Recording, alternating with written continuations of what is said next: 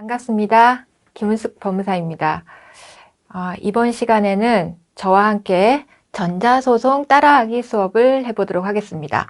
제목처럼 클릭, 어렵지 않게 전자소송 수업을 따라하실 수 있습니다. 실무에서 전자소송으로 진행하는 비율이 굉장히 높습니다. 그래서 실무적으로 전자소송에 대한 연습들을 많이 필요로 하지만 실질적으로 어렵다라고 먼저 생각하시는 분들이 계시는데 어렵지 않습니다. 저와 함께 하나씩 따라 하시면 전자소송에 대해서 정말 쉽구나라는 생각을 하실 수 있습니다. 그러면 수업 과정을 한번 보도록 하겠습니다. 첫 번째 시간에는 전자소송을 하기 위해서 어떤 준비가 필요한지에 대해서 배워보는 시간입니다. 그 다음 시간부터는 실질적으로 화면에서 소장의 작성, 그리고 지급 명령, 사건명에 따라서 우리가 소장을 작성해 보는 시간인데요. 민사에 관련된 서류들, 그리고 보전 처분에 관련된 가압류 사건, 가처분 사건, 그리고 가압류 사건 이후에 우리가 담보를 하는 경우에 이제 공탁을 하게 되죠. 그래서 전자 공탁에 대해서도 우리가 살펴볼 거고요. 강제 경매, 채권 압류 추심 명령처럼 집행 사건에 대해서도 우리가 신청서를 작성해 볼 것입니다. 그리고 개인위생 파산 면책 신청서도 전자소송 홈페이지에서 어떻게 작성되는지 이제 클릭 따라하기를 통해서 배워볼 것이고 가사 서류까지도 우리가 살펴보는 시간을 갖도록 하겠습니다. 그런데 매 시간마다 사건에 대한 간단한 설명은 드리겠지만 저희 전자소송 클릭 따라하기는 민사소송이나 보전처분, 강제집행, 그리고 회생, 파산면책, 가사 서류에 대해서 여러분들이 어느 정도 학습이 되었다는 전제하에 홈페이지를 통해서 신청서를 하는 수업입니다. 따라서 수업 시간에 어떤 사건명이나 신청 서류에 대해서 좀 이해가 잘 되지 않는 부분은 해당 수업 시간을 한 번 더 학습을 통해서 배우시고 전자소송 클릭 따라하기 수업을 하신다면 여러분들이 실무적으로 효율적으로 업무를 보실 수 있을 것 같습니다. 이런 차례로 수업을 하게 될 거고 첫 번째 시간에 우리가 전자소송을 들어가기 전에 먼저 준비해야 될 사항들이 있습니다. 네. 전자소송을 하기 위해서 사용자 등록과 공동인증서라는 인증서가 준비되어야지 우리가 전자소송을 이용할 수 있습니다. 그러면 그 사용자 등록이라는 것은 우리가 그 홈페이지에서 그 회원가입을 하는 절차인데 우리가 유형별로 우리가 사용자 등록을 하도록 되어 있습니다. 그리고 일반 포털 네이버나 다음은 우리가 공동인증서가 없어도 우리가 로그인을 할 수 있지만 전자소송에서는 공동인증서가 있어야지 로그인을 하고 전자소송을 이용할 수 있기 때문에 사용자 등록과 공동인증서라는 전자소송의 준비 과정에 대해서 우리가 살펴보도록 할 것입니다. 그리고 좀 후에 이제 화면을 통해서 전자소송 홈페이지 구성이 어떻게 되어 있는지를 통해서 첫 번째 시간에는 전반적인 준비 작업들을 하는 과정들을 배워보도록 하겠습니다. 그러면 화면을 통해서 이 세 가지 과정에 대해서 배워보도록 하겠습니다. 대법원 전자소송 홈페이지 구성을 살펴보도록 하겠습니다. 네이버나 다음 포털 검색창에서 전자소송을 검색해 주세요. 네, 대한민국 법원 전자소송 클릭. 대법원 전자소송 홈페이지로 바로 이동을 하게 됩니다. 네. 자, 여기서 전자소송 홈페이지를 한번 살펴보도록 하겠습니다. 자, 로그인 화면이 있는데 로그인 화면 사용자 등록에 대해서는 잠시 후에 살펴보도록 하고요. 전자소송 홈페이지에서 할 수 있는 메뉴는 전자적으로 서류를 제출하는 것, 그리고 전자적으로 송달된 문서를 확인하는 것, 그리고 제출된 서류를 열람하는 것, 그리고 전자적으로 소송 비용을 납부할 수 있는 기능이 있습니다. 이런 기능들이 종이소송인 경우에는 직접 법원을 찾아가야 되지만 전자소송 홈페이지에서 작성부터 제출까지 모든 기능을 할 수 있게 되는 거죠. 전자소송 홈페이지에서는 부가적인 기능도 제공하고 있습니다. 소송을 진행할 때 여러 가지 우리가 살펴봐야 될 내용 중에 가나할 법원 찾기나 소송 비용 계산, 그리고 부동산 가액 및 속가 계산기, 그리고 소송 손해배상 등 계산 프로그램, 사건 검색 등 부가적인 기능을 제공하고 있습니다.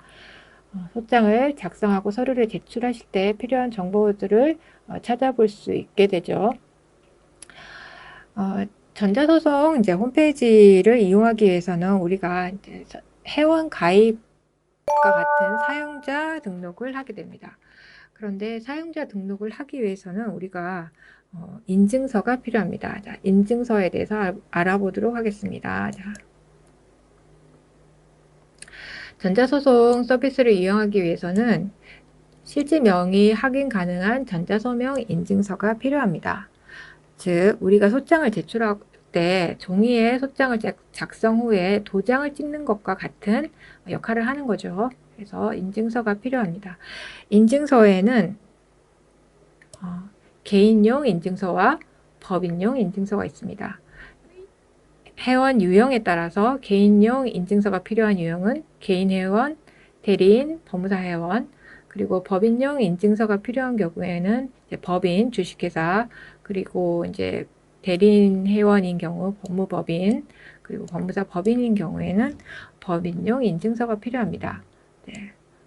예전에는 공인인증서라고 얘기를 했는데 지금 공동인증서라고 이제 명칭을 사용하고 있죠. 그래서 공인인증서와 공동인증서가 다르냐라고 질문을 하시는데 명칭이 이렇게 공동인증서로 바뀌었습니다. 발급하는 기간이 아래와 같이 있습니다.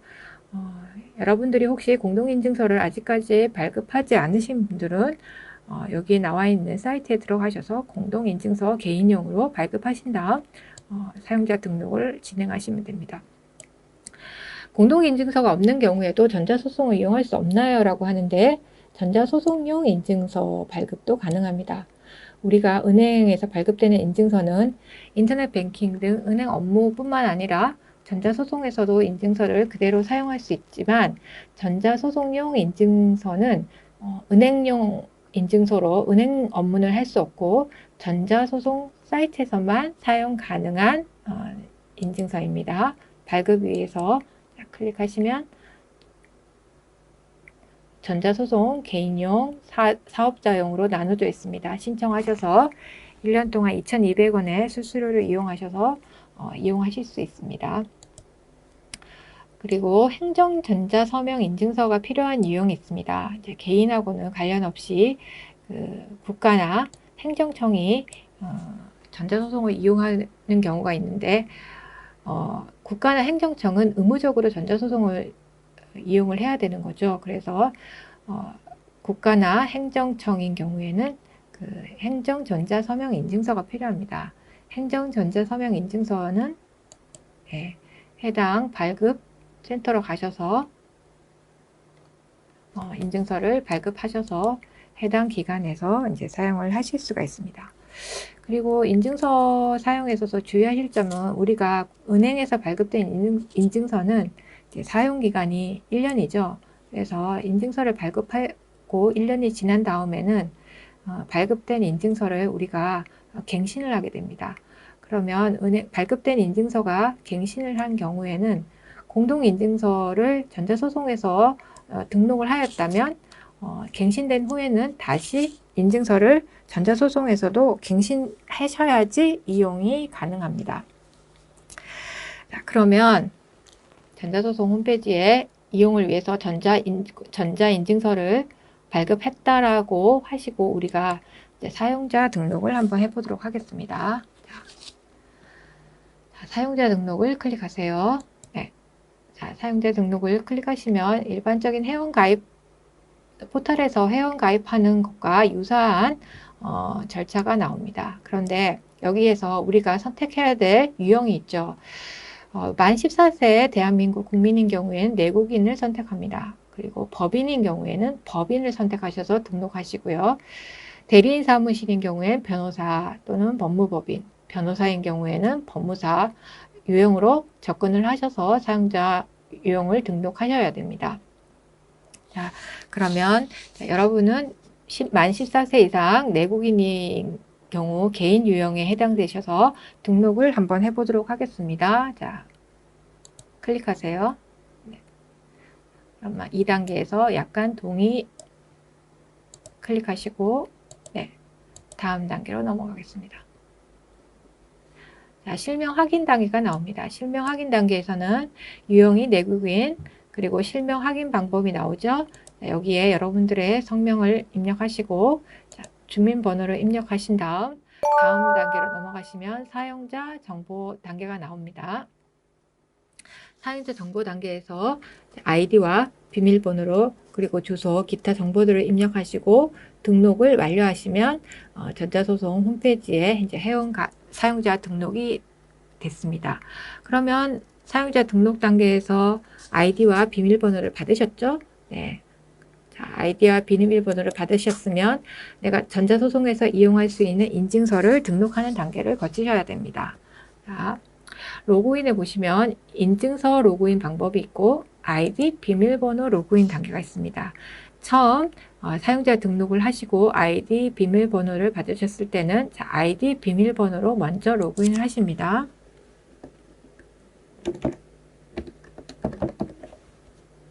비밀번호 입력을 하겠습니다. 네. 로그인을 눌러주세요. 자, 개인회원 김은숙이라고 로그인이 되었습니다.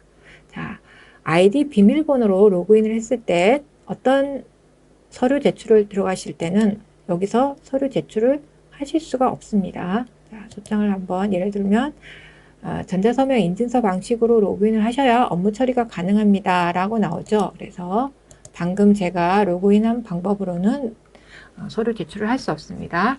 자, 아이디와 비밀번호로 로그인을 하신 다음 나의 정보를 클릭하세요. 인증서 갱신 부분 있죠? 네. 자, 여기에서 주민번호를 입력하시고 확인을 눌러주시면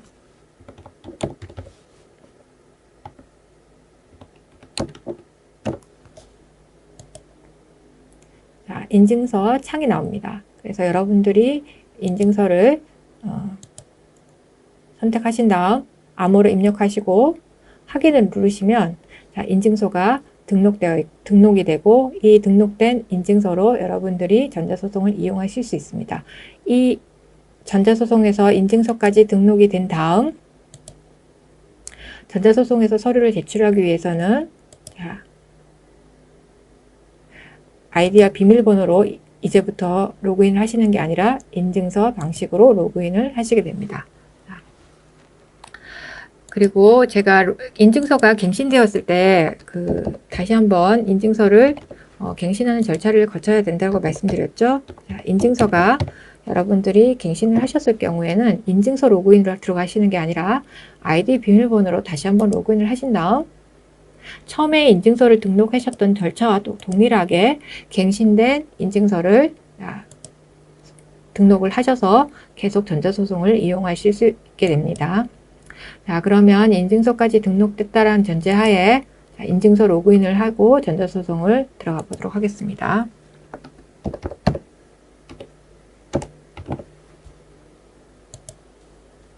네, 등록된 공동인증서를 선택하시고 암호를 입력합니다. 인증서로 이제 로그인 된 걸 확인하실 수 있습니다. 자, 그런데 개인 회원으로 전자소송 회원으로 가입한 후에 개인 회원에서 회원이 탈퇴 가능한가라고 질문을 하시는데 가능합니다. 자, 나의 정보에서 클릭하신 다음 사용자 탈퇴라는 부분이 있죠. 그래서 사용자 탈퇴를 누르시고 이제 사용자 탈퇴를 하실 수 있는데 계속적인 사건이 있다. 내가 소송을 진행하고 있는 경우에는 재판장의 허가를 받아서 탈퇴를 하실 수 있습니다. 그래서 그렇지 않은 경우 사건이 진행되는 사건이 없는 경우에는 사용자 탈퇴가 가능합니다. 그런데 사용자 탈퇴를 후에 다시 내가 전자소송을 이용하고 싶다라고 하신 경우에는 처음 회원에 가입하실 때 이용하셨던 전자소송 아이디를 변경하실 수 없습니다. 재가입하는 경우에는 기존에 등록된 그 아이디로 이제 회원 가입이 가능합니다. 그 점 유의해 주시고요.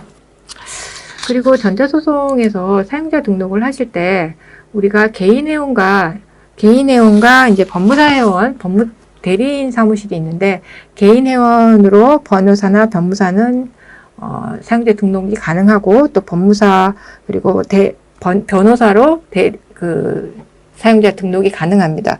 즉 중복 사용자 등록이 가능하다는 뜻이겠죠. 자, 전자소송에서 이제 이번 시간에는 이제 준비적인 사항들을 살펴볼 텐데, 전자소송을 이용하시다가 이제 여러분들이 가끔 시스템에 어떤 문제가 발견할 경우에 이제 당황하게 되죠. 사무실에서 일을 하실 경우에. 그런 경우에는 이제 아래쪽에 보시면 전자소송 그 도움말 문제 해결 안내 그리고 전화번호가 있습니다. 그래서 아래쪽에 전화번호를 통해서 이제 문의를 하시면 원격으로 이제 장애에 대해서 이제 해결할 수 있는 서비스를 또 받으실 수가 있습니다. 전자소송의 장점 중에 하나가 이제 시간적, 장소적인 제약이 없다는 뜻이죠. 그래서 고객지원센터를 보시면 전자소송의 이용 시간이 나와 있습니다. 전자소송은 365일 24시간 운영이 가능합니다 라고 되어 있습니다.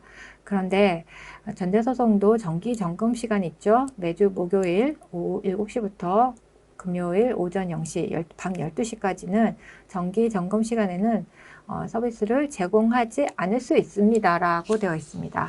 그리고 비정기 점검 시간도 있는데 이 경우는 메인 화면에 공지사항으로 게시가 됩니다.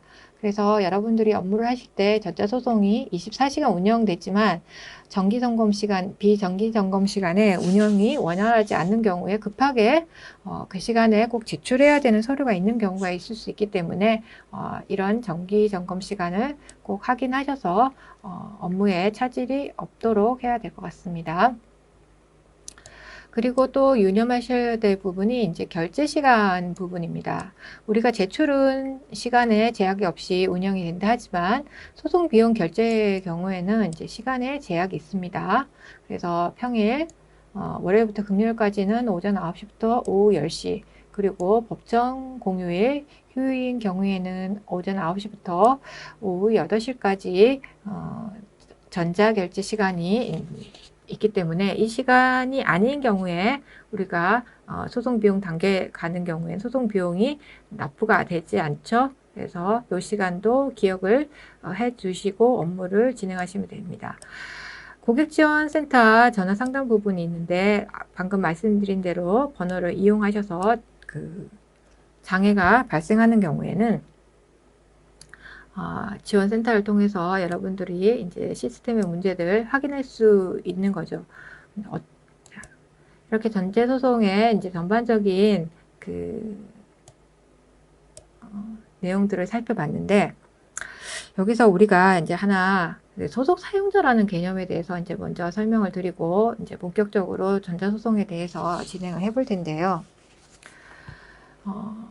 이 전자소송 강의를 들으시는 분들 중에 개인적으로 소송을 진행하기 위해서 이제 강의를 들으시는 분들도 있지만 법률사무소에서 근무를 하시면서 전자소송을 이제 강의를 들으시는 분들이 있습니다. 우리가 등록 사용자, 저는 개인 회원으로 이제 등록 사용자로 일을 하지만 변호사인 경우에 변호사 회원, 법무사인 경우에는 법무사 회원으로 이제 등록을 하고 법률사무소에 취업을 하시게 되는 경우에는 우리가 소속 직원이라는 타이틀로 우리가 일을 하고 그분들은 이제 소속 사용자라고 합니다. 그럼 소속 사용자는 어떻게 전자소송에 로그인을 하고 접근을 하게 되는지 한번 보도록 하겠습니다. 잠시 로그아웃을 하고 제가 이제 법무사 아이디로 한번 로그인을 해서 소속 사용자에 대해서 한번 살펴보도록 하겠습니다. 법무사 회원으로 이제 로그인을 했습니다. 자, 나의 정보에 가시면 소속 사용자 관리라는 부분이 있습니다. 네, 소속 사용자 관리 부분에서 사용자 추가라는 부분이 있죠. 법무법인에도 변호사님이 소속 사용자로 등록이 되고 변호사 사무실에서도 직원들이 소속 사용자로 등록이 됩니다. 그러면 이제 소속 사용자 관리 부분에서 여러분들이 가입했던 아이디와 비밀번호를 입력하는 거죠. 여러분들의 정보를 입력한 다음 소속 사용자 이용해서 소속 사용자의 권한을 지정할 수 있습니다. 전자제출, 네, 송달 확인, 사건의 정보 조회, 전자납부 이렇게 사용자 권한을 부여한 다음 등록을 하면 소속 사용자는 소속 사용자의 아이디와 비밀번호로 아이디로 공동인증서로 로그인을 한 다음 사용 권한이 주어진 업무, 전자제출, 송달 확인, 네, 사건의 정보 조회, 전자납부를 할 수 있습니다. 그런데 소속 사용자 소속 직원이 할 수 없는 일이 하나 있죠. 우리가 소장 제출할 때 한번 볼 수 있을 텐데 전자서명을 하는 기능이 없습니다. 잠시 예를 들면 이제 민사서류에서 다음 시간에 자세하게 보게 되겠지만 이제 소장 작성을 하게 될 때 우리가 이렇게 문서 작성과 전자서명과 소송비용 납부와 이게 문서 제출이라는 이제 단계로 우리가 진행이 될 텐데요. 소속 사용자인 경우에는 이제 이 전자서명 단계에서 전자서명을 변호사님에게 이제 전자서명 요청을 하셔야 됩니다. 그래서 2단계 전자서명은 소속 사용자의 그 공동인증서로 로그인을 전자서명을 하는 것이 아니라 전자서명을 요청하지만 4단계 마지막 문서 제출 단계에서는 소속 사용자의 그 공동인증서로 제출을 할 수 있게 됩니다. 그래서 소속 사용자가 업무를 하실 때 누구의 공동인증서로 이제 2단계와 이제 4단계를 서명을 하는지에 대해서 기억을 하시면 업무를 하시는데 좀 어려움이 없을 거라고 생각을 합니다. 그리고 이제 전자소송에서 우리가 요즘 모바일을 많이 이용을 하고 있는데요.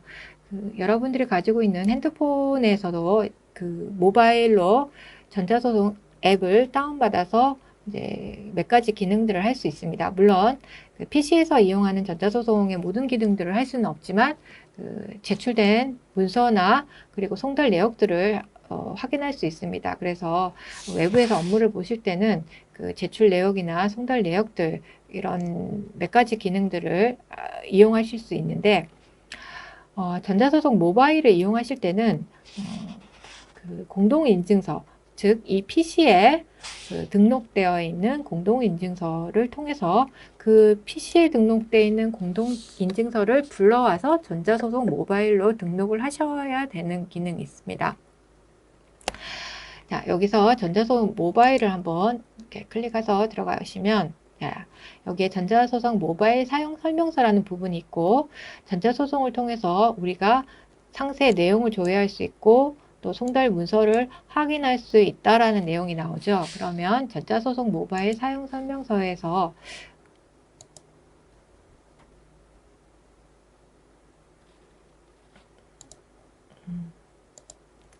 이러한 어플을 통해서 대한민국 서비스 전자소송 이런 메뉴들을 어플을 일단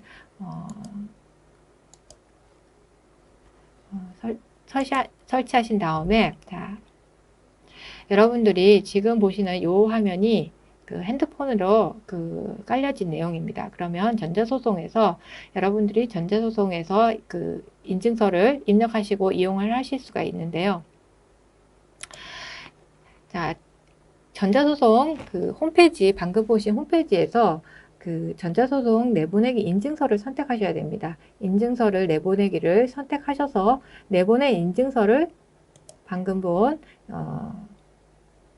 모바일에 등록을 하신 다음에 그 다음 이용을 하실 수 있습니다. 그러면 여러분들이 그 제출된 내용들을 송달 내역을 확인할 수 있고 또 임시 저장된 내용들이 어떤 것인지도 모바일을 통해서도 확인을 하실 수가 있습니다.